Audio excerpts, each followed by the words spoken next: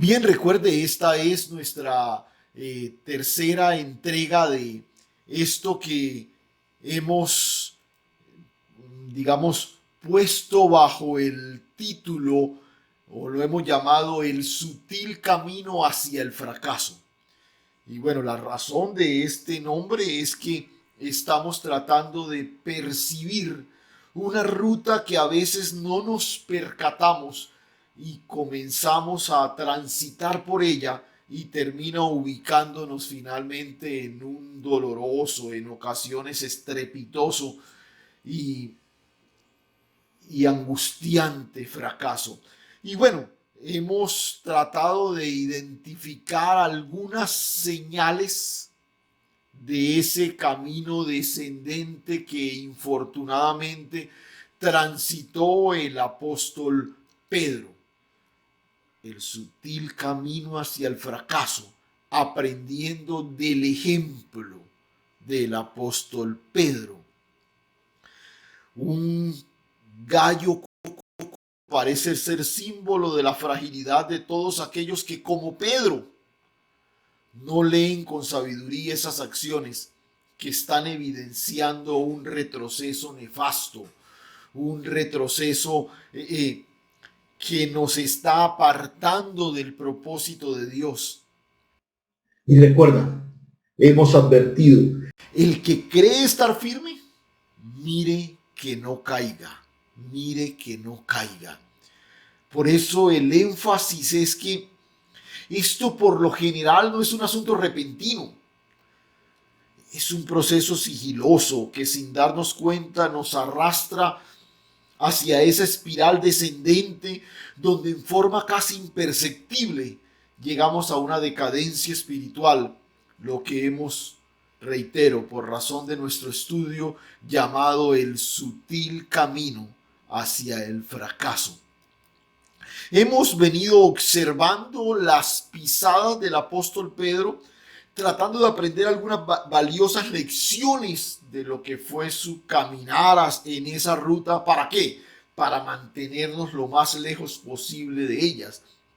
Poder tener la sabiduría de identificar esas señales que quizás Pedro pasó por alto y mantenernos lejos de esa ruta. Te decía que esta es nuestra tercera entrega porque hemos identificado ya dos señales, no sé, dos estaciones, el nombre que quieras colocarle. Vamos a repasar rápidamente las dos primeras antes de tomarnos los minutos para incursionar en la que vamos a mirar en esta noche.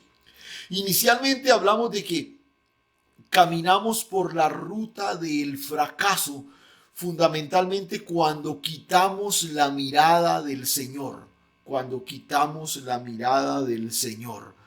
Recuerda, el Señor les advierte a sus discípulos que van a Jerusalén y que Él va a sufrir de manos de los religiosos y Pedro le dice, no Señor, casi que diciéndolo, yo no lo voy a permitir. Y el Señor en forma fuerte lo reconviene, quítate de delante de mí, Satanás, me eres tropiezo, pones la mira en las cosas de Dios y no en la de los hombres. Recuerda que dijimos, apartar la mirada del Señor no es esto de apartarnos de la fe, de irnos a una secta, bueno, eso puede ser, ¿cierto? Pero a veces el asunto es más peligroso por lo sutil, es enfocar la esperanza en algo o en alguien distinto al Señor cuando nuestras expectativas se apartan de lo que el Señor tiene para nosotros. Por eso puntualizábamos al final de ese primer estudio el sitio y particularmente en el caso nuestro la persona en la que ponemos y mantenemos nuestra mirada es determinante para una victoria cristiana. El escritor de Hebreos nos recuerda, puesto los ojos en Jesús, el autor y consumador de nuestra fe. Es ahí donde mantenemos nuestra mirada. La segunda cosa que identificamos, caminamos por la ruta hacia el fracaso. Y escucha, cuando alteramos, cuando distorsionamos, cuando cambiamos, cuando empañamos el propósito de la revelación. El Señor lleva a Pedro y dos de sus otros discípulos al monte de la transfiguración y les muestra algo glorioso de la revelación. Y Él espera que cuando se revele a nosotros, nuestra respuesta sea una adoración atenta que se postra a los pies para capturar cada detalle y traer luz a nuestro entendimiento. Y puntualizamos. Revelación no tiene que ver con identificar un detalle que los demás ignoraban o descubrir eso curioso que está ahí, que nadie lo había visto antes. Tampoco encontrar confirmación de lo que yo creo. No. Yo me encuentro con la revelación cuando lo puedo ver a Él, cuando puedo identificar su voz en su palabra y cuando mi respuesta es la adoración y le permito a Él que me transforme por medio de esa palabra. Recuerda, al Padre no le interesa mi opinión, la opinión de Pedro de hacer las enramadas para que se quedaran ahí. No. Al Padre le interesa mi obediencia y la transformación que se produzca en mí por razón de esa palabra. La respuesta que Dios está esperando cuando se revela a nosotros es que le adoremos, que le escuchemos, que nos postremos delante de Él, que seamos transformados. Cuando el velo de la revelación es desplegado frente a nosotros, lo que Dios espera es que identifiquemos a Cristo en la Escritura.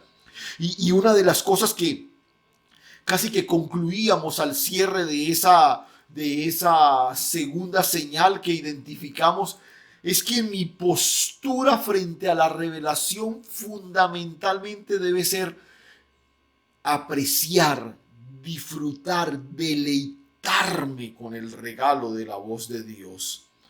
Lastimosamente, Pedro prefirió interrumpir la voz de la Escritura y proponer su propia opinión. No escuchó la voz de Dios. Por eso Dios interrumpe y dice: este es mi Hijo amado, a Él, solamente a Él, oigan. Entonces, tenemos esas dos señales que hemos identificado. Vamos a seguir entonces en esta noche tratando de mirar algunos otros detalles.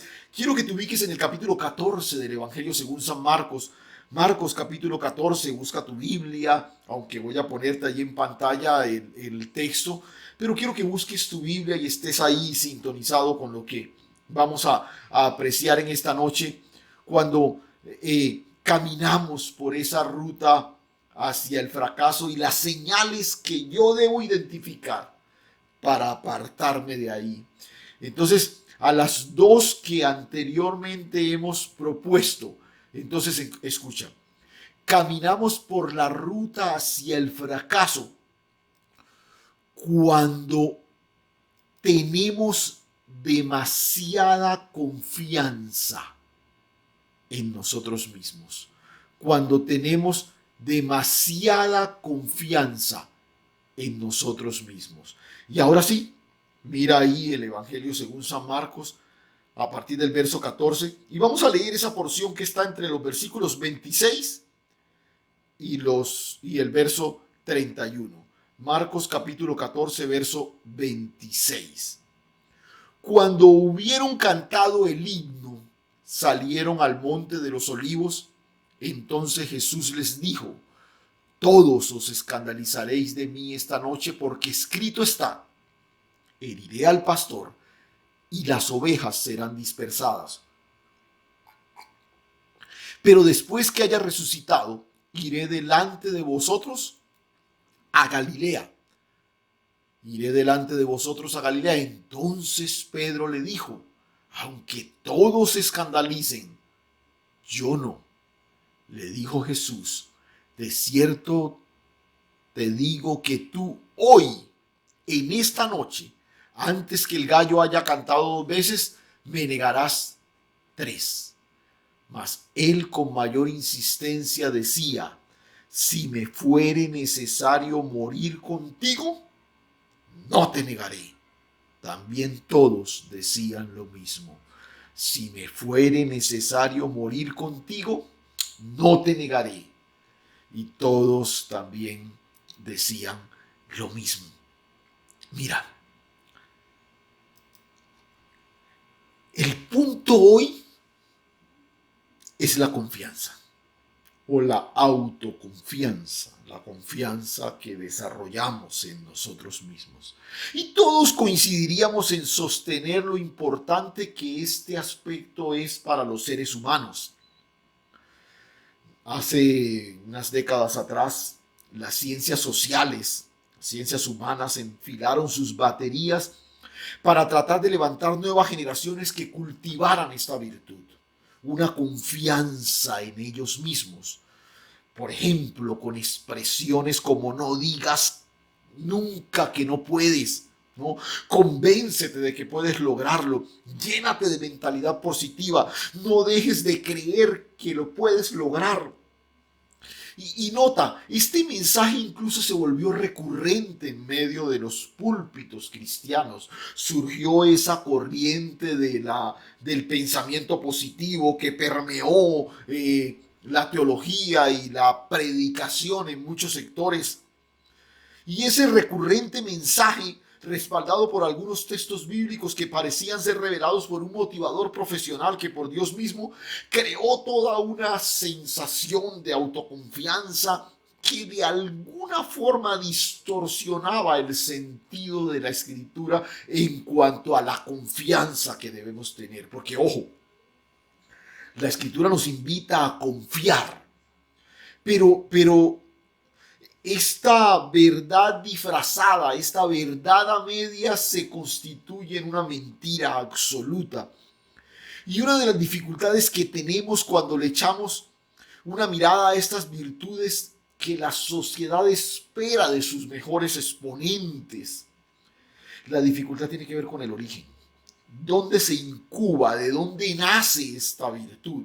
¿No? Y repito, la sociedad espera que sus mejores exponentes sean personas con mucha confianza en sí mismos.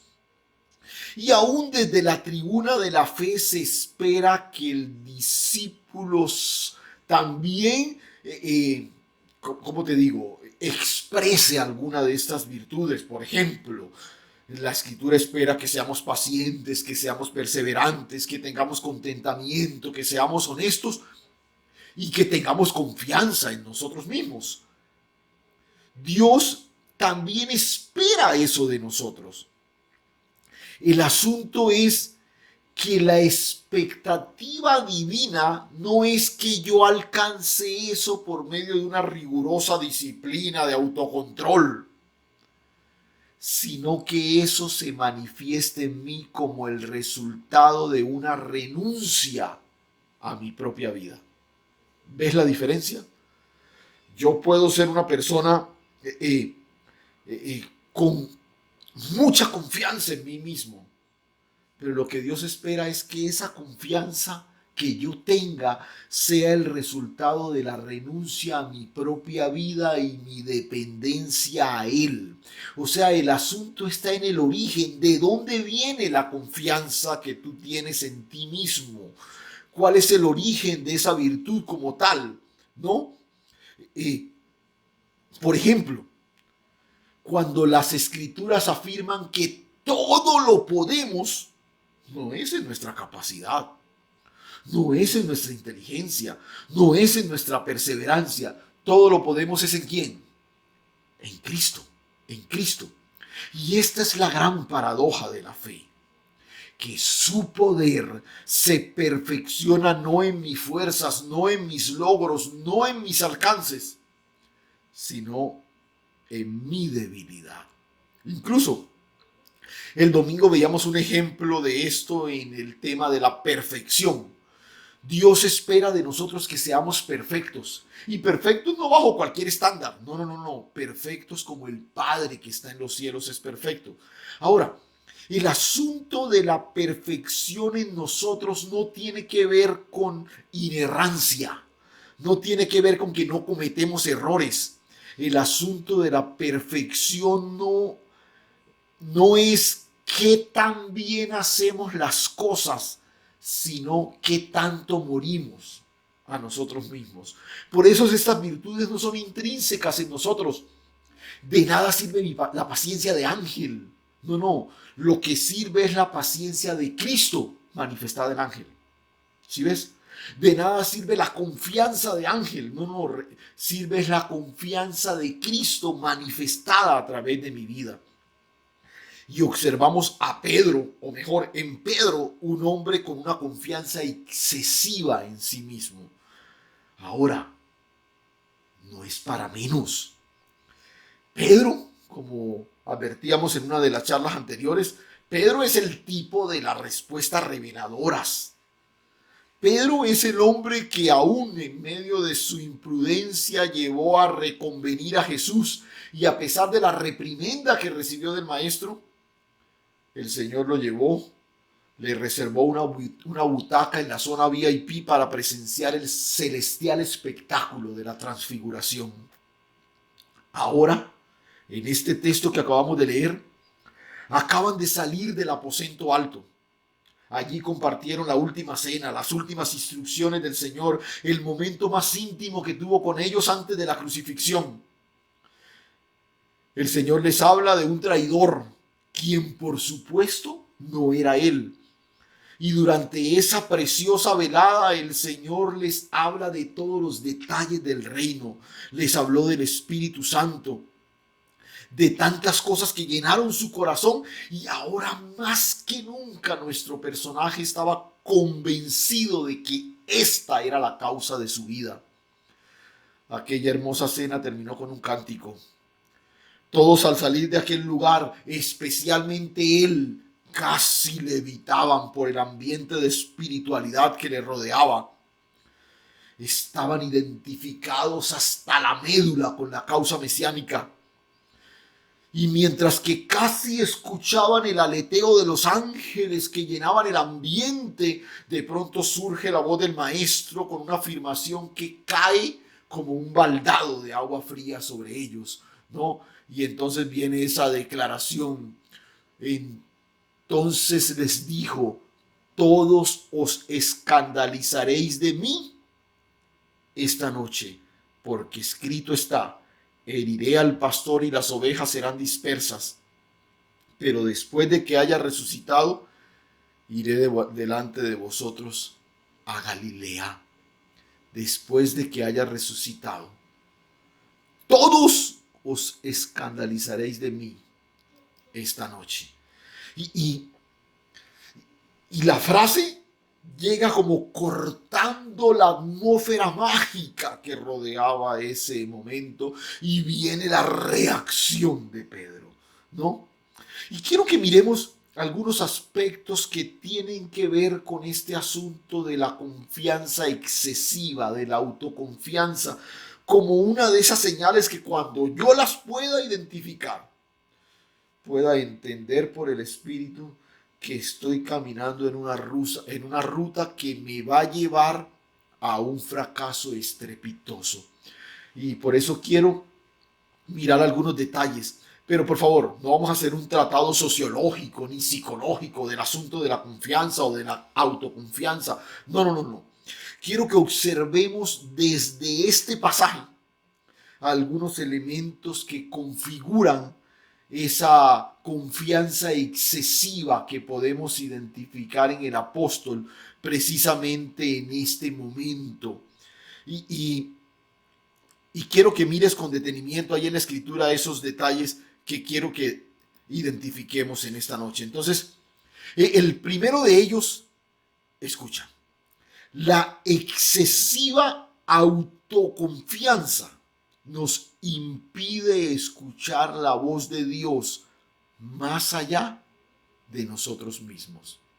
La excesiva confianza en nosotros mismos nos impide escuchar la voz de Dios más allá de nosotros mismos. Por favor, quiero que notes el sentido de esta expresión. Hay algo que el Señor está declarando, pero cuando Pedro lo escucha y entiende que algo no cuadra, no compagina con lo que él piensa de sí mismo, entonces como que sus oídos se bloquean por completo. Mira, Pedro escucha la primera parte de la declaración, esa que dice: todos os escandalizaréis de mí en esta noche. Todos os escandalizaréis de mí en esta noche. Y apenas escucha esa primera frase, todo su entendimiento se bloquea. Como que todo lo demás que Jesús dijo ni siquiera permeó el sentido auditivo del apóstol. Ahora, por favor, quiero que notes este detalle que es bastante significativo. Nuestro personaje viene por un camino descendente. Ya, digámoslo así, ha descendido 2 peldaños en esta escalera que hemos tratado de dibujar, o ha dado 2 giros en esta espiral que hemos tratado de observar. Y en la estación anterior advertimos que él estaba mirando la revelación solo en función de su beneficio personal. Bueno es para nosotros que estemos aquí. Y entonces viene la propuesta de la enramada, ¿cierto? Pero como no pudo identificar la señal de peligro, ahora sigue avanzando en esa ruta descendente. Por eso cuando el Señor le habla a través de esta declaración de algo que no concuerda a la visión que él tiene de él, porque otra vez ni siquiera es del proyecto ni nada de eso, de él, ¿no? Inmediatamente reacciona. Y lo peor, como te decía, es que ni le prestó atención a lo demás que el Señor dijo, ¿no? Todos se escandalizarán. ¿Todos? No, Señor, sácame de ese paseo. Pero mira, este es nuestro problema cuando solo vemos la Escritura en función de nosotros mismos y no en función del cumplimiento del propósito eterno. Porque si me encuentro con algo de la Escritura que no encaja con lo que yo creo, con lo que yo pienso, me bloqueo. Y hay gente que le cuesta trabajo renovar su entendimiento, porque entonces lo que la Escritura les dice afecta lo que yo creo, lo que yo he creído siempre, lo que tiene que ver con la visión que tengo de mí mismo. Y esto es lo que le pasó a Pedro aquí. Escúchame, por favor, y recíbelo en esta noche de parte del Señor. Ya es hora de abandonar ese acercamiento ególatra a la palabra. ¿Qué tiene Dios para mí? ¿Qué puedo sacar de la Escritura para mi vida? Quizás sería más justo decir: ¿qué quiere Dios de mí? ¿Qué puede sacar el Señor de mi vida para que su propósito sea establecido en ella? Pero repito, Pedro no puede apreciar absolutamente nada de esto. Este hombre está completamente cegado por una confianza enfermiza en él mismo y no puede verlo más allá. ¿Todos, Señor? ¿Todos? No. Y mira, aunque todos se escandalicen, yo no. Pedro parece replicarle al Señor: Señor, parece que no me conocieras. Señor, todos sí, estos pusilánimes, estos indecisos, estos que no toman medidas radicales, pero yo, no, Señor, yo no. A estas alturas Pedro no atiende razones, Pedro no recibe instrucciones, Pedro no acepta explicaciones. Señor, yo no soy como todos, sácame de esa colada. Sí, nada de raro que estos salgan corriendo esta noche, pero yo no, Señor, yo no. Y mira, todos podrán hacerlo, pero yo no. Y desde la distancia uno podría decir que Pedro es un hombre enceguecido completamente. Y sin duda es bastante evidente en el texto, aunque el Señor se toma el tiempo de detallarle todo lo que va a suceder. Este hombre está convencido de que en lo que a él concierne, ese traspié no lo va a tocar. Eso nunca le va a pasar a él. Eso nunca le va a ocurrir a él. Y esto es peligroso. Cuando tú piensas que hay cosas que a ti nunca te van a ocurrir. Y quiero que observemos otro detalle con relación a a este elemento de la autoconfianza. Ahora, si de verdad la Escritura espera que yo tenga confianza, que yo cultive confianza, ¿cuál, digámoslo así, cuál sería la confianza positiva? Si ya hablamos de la confianza nociva, esa excesiva autoconfianza en mí mismo, entonces viene el otro detalle que quiero puntualizar. Escucha.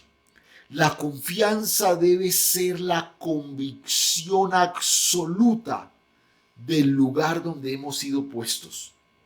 Repito, confianza es la convicción absoluta del lugar donde hemos sido puestos. Y te pregunto, ¿dónde hemos sido puestos? ¿Dónde hemos sido puestos? Indiscutiblemente en Cristo. En Cristo. Ese es el lugar donde tú y yo estamos. Es de ahí donde puede surgir una confianza que descansa no en mi capacidad y mis obras, sino en su suficiencia y en su actuar perfecto. Incluso de manera muy sabia el proverbista registra: fíate de Jehová de todo tu corazón y ¿qué? Y no te apoyes en tu propia prudencia.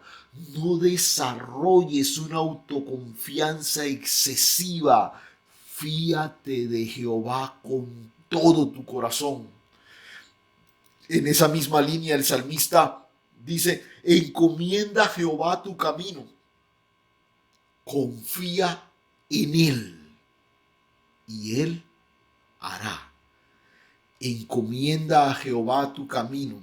Confía en él y él hará.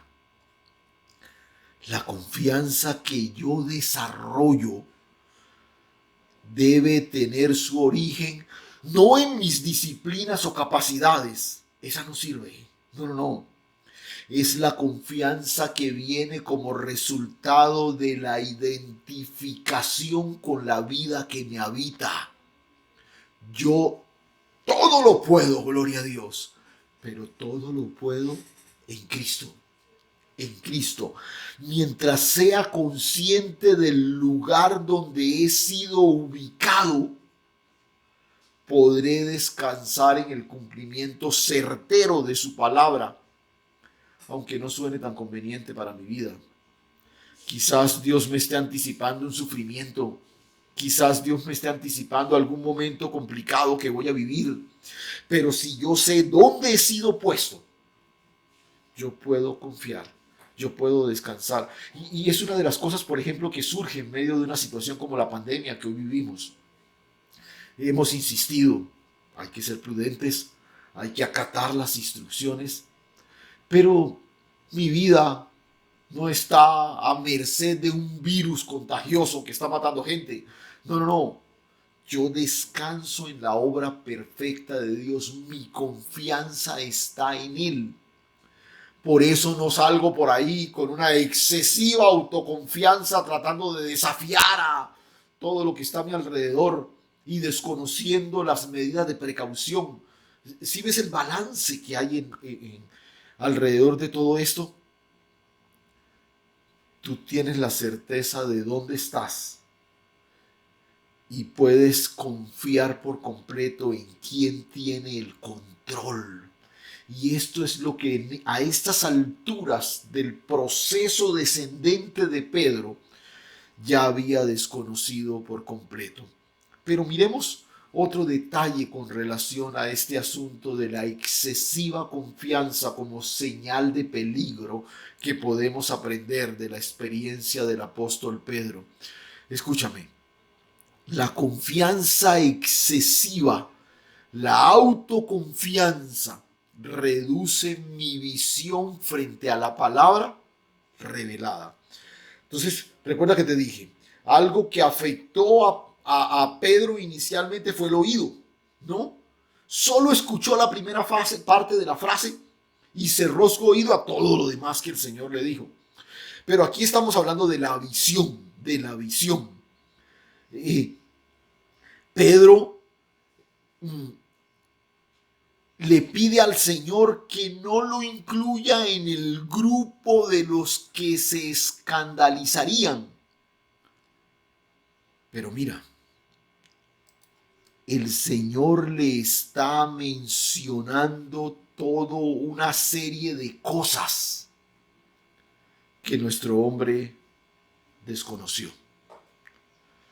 Todo su entendimiento se bloqueó. Todo en su vida parece que dejó de responder a lo que el Señor quería hacer con él. Y observa incluso lo que menciona aquí el texto, los detalles que menciona el texto. El Señor le está mencionando que esto que va a suceder está escrito. Le está hablando de la resurrección. Y le está mencionando que cuando este episodio se clausure, ellos caminarían en pos del Cristo resucitado. Observa ahí en pantalla esos tres elementos que el Señor le menciona y que son parte de la visión que Dios quiere que el apóstol tenga frente a lo que está a punto de manifestarse. Pedro, lo que va a suceder está escrito. Pedro, quiero que alcances entendimiento sobre el asunto de la resurrección. Y Pedro, después de la resurrección todavía hay una agenda que quiero desarrollar con ustedes. Por eso presidiré la marcha de ustedes hacia Galilea. Estas tres grandes afirmaciones nunca llegaron al corazón de Pedro porque su entendimiento se bloqueó cuando encontró una afirmación que no correspondía a la visión que él tenía de sí mismo. Y mira, frente a la grandeza de estas tres afirmaciones, la afirmación de que él y sus compañeros se escandalizarían suena casi intrascendente. O sea, pensar que dentro de un rato, yo voy a hacer el cumplimiento de algo que ya está escrito. Pensar en la resurrección del Señor y cómo de alguna manera yo haré parte de ese proyecto. ¡Wow! Eso es supremamente grande. Sí, de pronto yo me voy a escandalizar dentro de un rato, pero eso es intrascendente frente a la grandeza de lo otro. Y mira, nos pasa con frecuencia. Hay expresiones que no quisiéramos oír de parte del Señor tocante a nosotros. Pero cuando vemos el cuadro completo, casi que nos provoca gritar, sí, Señor, hazlo ya. Por ejemplo, hay algunos que les molesta que enfaticemos que Dios no está comprometido con nuestro bienestar. Y no, Él no está comprometido con nuestro bienestar. Él está comprometido con el cumplimiento de su propósito. Ahora, pensar en mi bienestar cuando está en juego el ser insertado en la grandeza de su propósito eterno, hombre, mi bienestar es intrascendente frente a la grandeza de lo otro. Pero repito, como tengo una visión centrada en mí mismo, me cuesta trabajo apreciar todo lo demás que Dios tiene para nosotros. Y aquí hay algo bien interesante, porque hay un gran contraste, por así decirlo, entre la vida del apóstol Pedro, que es nuestro personaje en el marco de nuestro estudio, pero también el apóstol Pablo. Recuerda aquel episodio que narra Pablo en la primera carta a los Corintios cuando menciona ese aguijón en su carne que lo atormenta y que le ha pedido al Señor, pero parece que lo quite, pero la respuesta del Señor parece ser no. Y, y, y luego uno aprecia que Pablo se llena de alegría aún por esa situación que lo afecta directamente a él, porque entiende el cuadro completo. Miremos allí en Primera de Corintios capítulo 12, donde está el registro de este episodio. El capítulo 12, el versículo 7, dice: para que la grandeza de las revelaciones no me exaltase desmedidamente, me fue dado un aguijón en mi carne, un mensajero de Satanás que me abofetee, para que no me enaltezca sobremanera, respecto a lo cual 3 veces he rogado al Señor que lo quite de mí, y me ha dicho: bástate mi gracia, porque mi poder se perfecciona en la debilidad. Por tanto, de buena gana me gloriaré más bien en mis debilidades, para que repose sobre mí el poder de Cristo. Por lo cual, por amor a Cristo, me glorío en las debilidades, en afrentas, en necesidades, en persecuciones, en angustias, porque cuando soy débil, entonces soy fuerte. Y es interesante porque esta reflexión que hace el apóstol el apóstol Pablo allí en Corintios, surge también en el marco de la autoconfianza, digamos, este aguijón lo ha permitido el Señor para que no me enaltezca en forma desmedida. Este es el hombre que está recibiendo la revelación, toda la explicación del sacrificio de Cristo, todo lo que eso representa para el propósito eterno de Dios. Y Pablo entiende que el aguijón en su carne es un recorderis divino de su dependencia a Dios. Qué diferente. Pedro no pudo con la grandeza de las revelaciones. Tú eres el Cristo, el Hijo del Dios viviente, o por lo menos en este momento de su vida. Sin embargo, cuando vemos a Pablo, este hombre reconoce que la presencia de ese aguijón es protectora.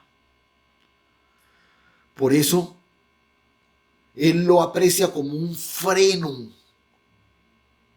a esa excesiva confianza, ese excesivo orgullo que se puede desarrollar en él por todo lo espectacular que está sucediendo en su vida. Por eso termina dándole gracias a Dios, a pesar de la adversidad que le genera tener ese aguijón en la carne. Escúchame, Dios manifiesta su poder y nos hace más dependientes de Él.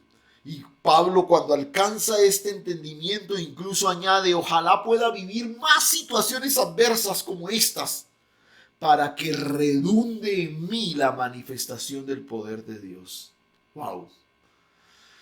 Qué lejos estaba Pedro por su confianza excesiva en llegar a un reconocimiento como el que llega Pablo aquí en la primera carta a los Corintios. Ojo, ojo, porque este es uno de esos elementos sutiles y que terminan siendo determinantes, casi que empujándonos a esa ruta resbalosa y descendente que anhelamos evitar. Ahora, quiero que observemos un detalle más que tiene que ver con la autoconfianza que debemos identificar como una señal para mantenernos alejados de esa postura. Y la vamos a mencionar de esta forma. La excesiva confianza en mí mismo no me permite ver a los demás como Dios los ve. Esa nociva autoconfianza no me permite ver a los demás como Dios los ve. Piensa un momento en esto. Esa autosuficiencia, esa arrogancia, finalmente nos lleva a desestimar el valor que las otras personas tienen delante del Señor. Pedro, por ejemplo, excluyó a sus compañeros del compromiso que él dice tener, ¿no? Es más, ni siquiera les permitió hablar, ni siquiera les preguntó, yo no me voy a escandalizar, ¿y ustedes qué, muchachos? No. Él dijo, ellos sí, pero yo no. Si ves, a estas alturas, Pedro no solamente ha afectado su oído, la visión de sí mismo, pero también ha afectado esa autoconfianza nociva, ha afectado la visión que tiene de las personas que están a su alrededor. El Señor le está hablando de esa dificultad que todos van a enfrentar. Sin embargo, Pedro está afirmando en forma vehemente que él está por encima de ese momentáneo traspié. Los demás sí, pero yo no. Y mira nuevamente el texto. Nota las expresiones enfáticas que apuntan hacia él mismo y de alguna manera casi que menosprecian a los demás. Entonces Pedro le dijo, aunque todos se escandalicen, escucha, yo no. Entonces el Señor le habla de la negación, del canto del gallo, de las veces que lo va a hacer. Y a pesar de todo eso, a pesar de lo gráfico y descriptivo que es el Señor, dice el verso 31, mas él con mayor insistencia decía, si me fuere necesario, si a mí, yo no sé estos otros, pero a mí, si me fuera necesario, yo hasta moriría contigo. Yo no te negaré. Y mira, es muy peligroso. Y lo mencioné hace un momento. Pero es muy peligroso cuando creemos que hay cosas que le pueden suceder a cualquier otro,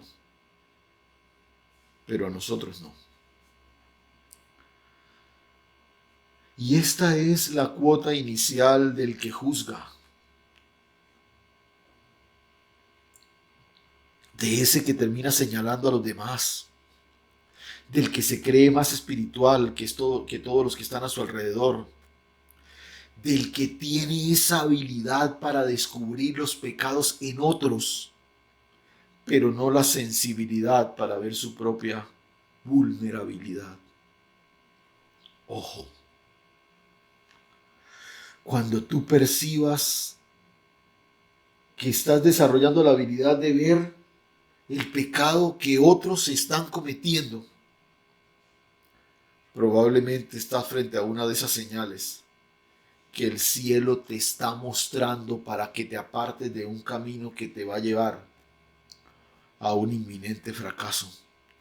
Qué diferente hubiera sido si Pedro le pide al Señor que le explique lo que se propone por medio de esta situación que le está anticipando que va a suceder. Qué hermoso hubiese sido haber entablado un diálogo en torno a eso que está escrito y que se va a cumplir en unos minutos. Qué lindo hubiese sido si Pedro se postra a los pies del Señor aquella noche y le pide detalles sobre la resurrección, el evento glorioso que seguía en el calendario de Dios. Escúchame, la resurrección tomó por sorpresa a los discípulos a pesar de las tantas veces que el Señor se los dijo. Qué lindo hubiese sido esa noche haber abierto el entendimiento y escuchar al Señor sobre más detalles, sobre este suceso glorioso Quizás era el momento indicado para recibir algún tipo de instrucción sobre la agenda que desarrollarían juntos en Galilea. Tantas cosas de las que Pedro se privó porque una declaración que no encajaba con lo que él creía de sí mismo bloqueó por completo su oído y su entendimiento. Incluso el Señor cierra este diálogo con Pedro dándole detalles de ese oscuro momento de la negación. Y Pedro ni siquiera le prestó atención. Le dijo cuántas veces lo negaría y le mencionó de 2 veces que el gallo cantaría. Y Pedro solo se acordó de estas palabras después de que sucedieron. Como nos pasa a muchos de nosotros. Estamos tan interesados en convencer a Dios con nuestros argumentos que le damos la espalda a las instrucciones divinas que pretenden prepararnos para las tormentas que están próximas a suceder.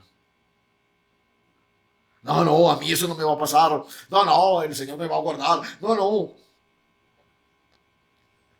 Él con mayor insistencia decía, si me fuere necesario morir contigo, no te negaré. Y todos terminaron diciendo lo mismo. Si tú observas, fue lo mismo que le pasó. Dios lo interrumpió en el monte de la transfiguración para decirle, Pedro, cállate, escucha al Señor. Pero ahora el Señor le está hablando y Pedro igual no le escucha.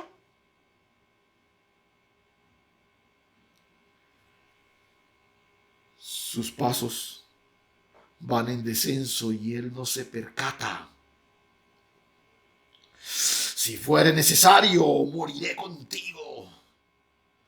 Y es interesante, mira. A veces verbalizamos nuestro deseo de morir por el Señor, cuando en el fondo ni siquiera hemos considerado la posibilidad de vivir para Él. Otra vez. A veces somos impulsivos en decir, yo puedo morir por el Señor si fuere necesario, pero quizás en el corazón ni siquiera has albergado en forma seria la idea de vivir para Él. Escúchame, Pedro. Escúchame, querido hermano, en esta noche. Dios no te está pidiendo que mueras por Él. Lo que realmente Él espera es que mueras en Cristo. No, tu sacrificio no tiene sentido, porque el sacrificio perfecto ya fue consumado. Dios no quiere héroes que mueran por Él. Dios quiere discípulos que mueran en Cristo. En Cristo.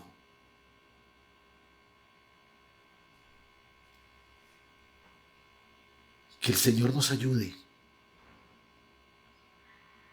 Porque hemos visto cómo cada una de estas cosas se han convertido en un engranaje nefasto que está moviendo todas las circunstancias y llevando a nuestro personaje al oscuro momento de la negación. Quiera Dios que por el Espíritu podamos tener la sabiduría de identificar algunas de estas señales en nuestra vida.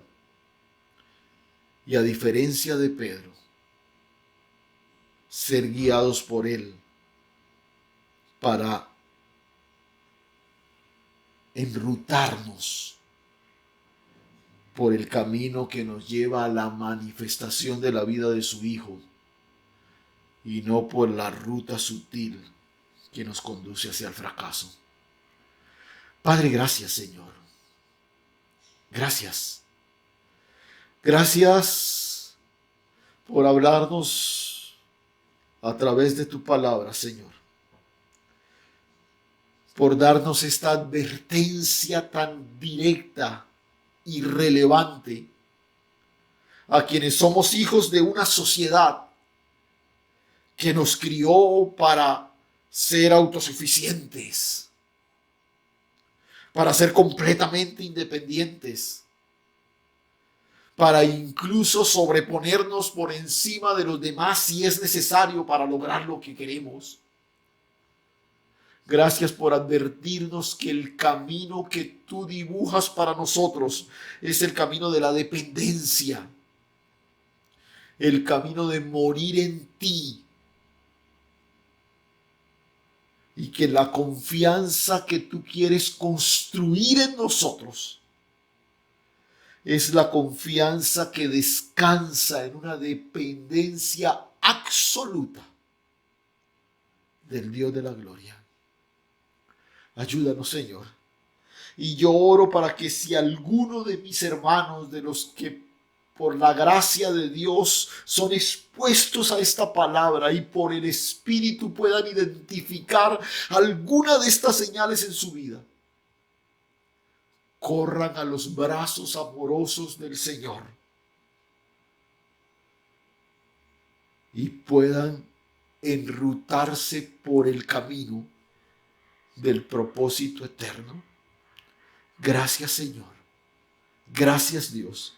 A ti la honra y toda la gloria en Cristo Jesús. Amén.